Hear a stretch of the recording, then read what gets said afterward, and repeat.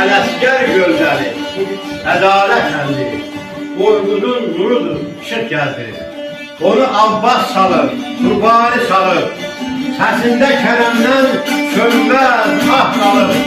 Yasin Cavan elə nehrini salır, əlində babası eşik gəldirir. Bir şeirə də icazə verin, bununla mən geçməlaşdırıram. Bəlkə deyirəm ki, nə bilim, talih idi.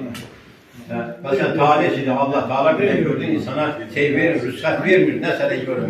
Hamımıza deyirəm, uzun ömür arzu edirəm. Qasım canımız verirsən, mən getməliyim. Mən Gülüstan'a... Çox sağ ol, çox sağ ol, gəldiğin üçün, gəldiğin qədəmlər mübarək olsun. Sənə can sağ ol.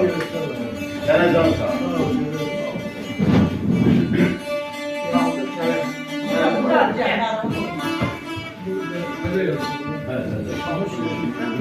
Çok uzun değil.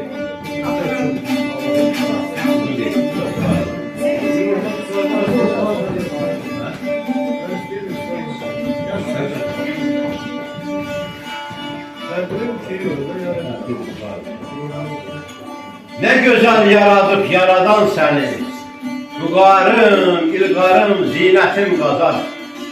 Axtarıb tapmışam paradan səni, İncim, gülüm, ləlim, sərvətim qazar.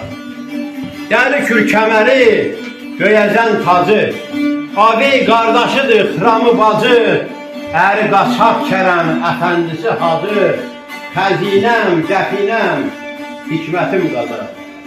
Kaha desən burada, sir desən burada, Ocaq desən burada, pir desən burada, Oğul desən burada, şir desən burada, Ərənlər diyarı, şöhrətim qazar. Ərağanın tuz topundan yoxdur, Ağlının sözündən, yapından yoxdur, İsmail'in balta sapından yoxdur, Almazım, kəsərim, qeyrətim qazar. Ədalət mülküdə sazla danışa, Bülbüllər oxuya, yazla danışa, Gözəllər nazlana, nazla danışa, Hər balım, qaynağım, sərvətim qazar. Könüldən can deyib əl verənə bax, Uzaq-uzaq çiçək, gül verənə bax, Vaqifə, vurğuna dil verənə bax, Ədəbim, ərkanım, hörmətim qazar. Vurmuşam neyim, heyranam sənə, Bir şəhid istəsən, qurbanam sənə, Türkün oğlu Türkəm, cavanam sənə, Bu dünya, o dünya, cənnətim qazar.